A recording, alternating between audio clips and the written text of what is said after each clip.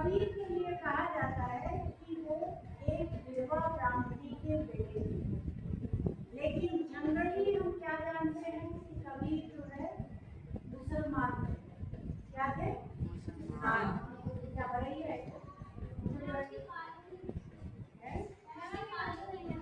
तो हटा दो।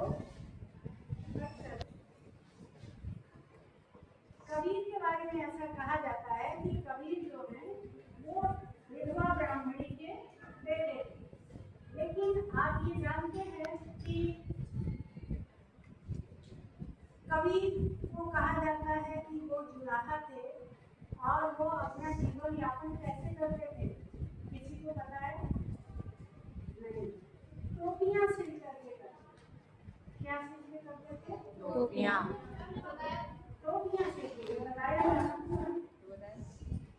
विधवा ब्राह्मणी को जब बेटा हुआ तो वो समाज के डर से उसने अपने बच्चे को गंगा के किनारे सीढ़ियों पे रख दिया। रख के गायब हो गए। उसी समय एक मुस्लिम दंपति आया। वो जा रहे थे और उनके पास बच्चे नहीं थे। उनके पास क्या नहीं थे? बच्चे नहीं थे। तो उन्होंने क्या किया कि उस बच्चे को उठा लिया और बच्चे को ले जाकर के अपनी तरह से अपने बच्चे की तरह उनका पानी दिया। और पहले कपड़ा सिलने का काम, कपड़ा बुनने का काम जुलाहा लोगों का था। जुलाहा यानी मुस्लिम, उनको जुलाहा कहा जाता है ना? उनको क्या कहा जाता था? जुलाहा कहा जाता था। तो वो टोपियां सिलते थे और टोपियां सिलने के लिए वही कला उन्होंने अपने बच्चे को भी बताया। तो उनका जीवन यापन का जो तौर तरीका था वो भी बनाने के जीवन यापन का तरीका था। वो पढ़े लिखे नहीं थे पर बड़े बुद्धिमान थे। और ऐसे जितने ही संत कवि हुए, कबीर, रैदास, ये लोग पढ़े लिखे नहीं थे। रैदास के बारे में भी हमने आपको बताया कि वो दूसरे की शिकायत करते थे। लेकिन इन लोगों ने जो रचनाएं की हैं वो अनंत काल की। वो रचनाएं उनकी मतलब हम लोग के जन्म, हमारे माता पिता दादी दादा के जन्म के पहले से आ रही है और अभी तक चल रही है, आगे भी चलती रहेगी। जो बातें वो कहते हैं वो बहुत अच्छी बातें कहते हैं। वो कहते हैं जात में पूछो सादगी, पूछ लीजिए ज्ञान, मोल करो तलवार का, पड़ा रहन लो ज्ञान। दो चीज, जात का पूछियो साधु। साधु शब्द से ये होता है कि वह व्यक्ति बहुत शालीन और सज्जन है और दूसरे की सहायता करने वाला। साधु मतलब अच्छे विचारों वाला। तो कहते हैं कि जो साधु हो जाता है उसके लिए ये नहीं है कि साधु जो होगा वो कुछ कुल का ही होगा, ब्राह्मण ही होगा या क्षत्रिय हो, ऐसा नहीं है। उन्होंने कहा है साधु के लिए उसकी जाति नहीं पूछी जाती है। जो अच्छा काम करता है, आगे बढ़ता है, वह व्यक्ति पूछ लीजिए ज्ञान, उसका ज्ञान कैसा है, उससे उसका मूल्यांकन। इससे मूल्यांकन करिए तो उसके ज्ञान से करिए, उसके परिणाम से मत करिए। मूल करो तलवार का, पड़ा रहन लो। अगर तलवार हमेशा म्यान में पड़ी रहे तो उस तलवार का क्या मतलब? कोई मतलब नहीं है। लेकिन तलवार का जहाँ काम होना चाहिए वहां पर अगर तलवार काम करता है तो हमारे लिए क्या महत्वपूर्ण है?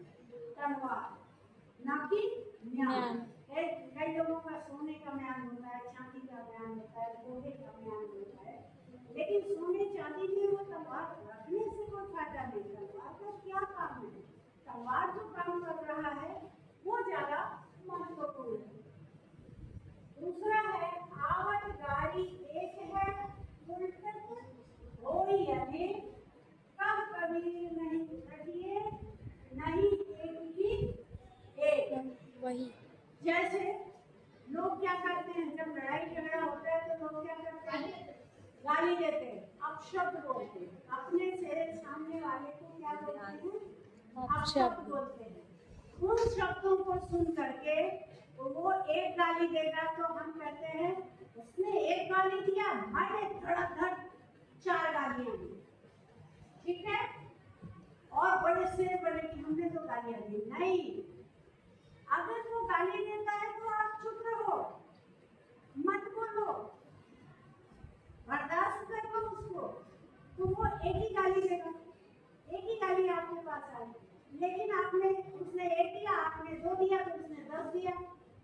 तो आवत गाली एक है, उलट होई अनेक। जहाँ उलट के आपने गाली दिया तो और भी बहुत सारी गाली, अभी तक तो एक ही सुन रहे थे, और भी बहुत सारी गालियां सुन रही थी।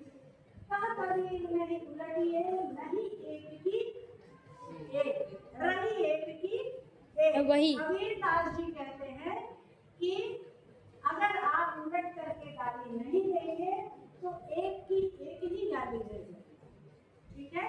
समाज को अच्छा बनाने के लिए हमें ऐसा बनेंगे, ऐसा कबीर दास जी का कहना है। तीसरा वो बोलते हैं, माला तो कर मैं फिरे, जीव फिरे मुखमान। माला किसमें फिरे? कर में। कर किसे कहते हैं? कर मतलब हाथ। और कर मतलब क्या होता है? करना करना। और कर मतलब क्या होता है? उधार। कर उधार नहीं हुआ, कर आपसे टैक्स लेती है सरकार।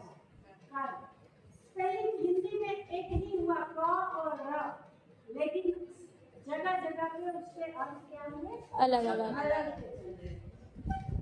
ये कहते हैं, माला तो कर मैं फिरे, जीव फिरे मुखमान।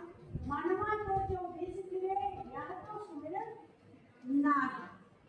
कि हाथ में माला फेर रहे हैं, राम राम राम राम कृष्ण कृष्ण शिव शिव, जो भी करना है वो कर रहे हैं, वो कर रहे हैं, लेकिन हाथ में माला घूम रहा है, जीभ हमारे मुंह में घूम रही है, राम राम राम राम ऐसा बोल रहे हैं।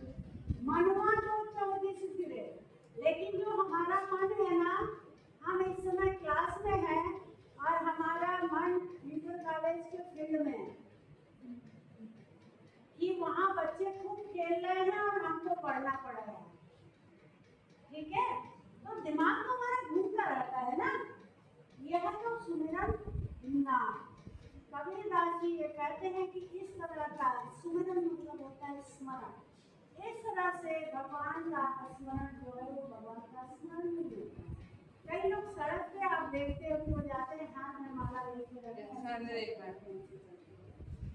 मुल्ला जी लोग भी लेके घूमते हैं ना, माला करते हैं, कई लोग देखता है जो मौलवी होते हैं शायद, बड़े लोग होते हैं वो आप लेके चलते हैं, तो वो चलते हैं, ठीक है, वो अपने मन को एकाग्र करने की कोशिश करते हैं।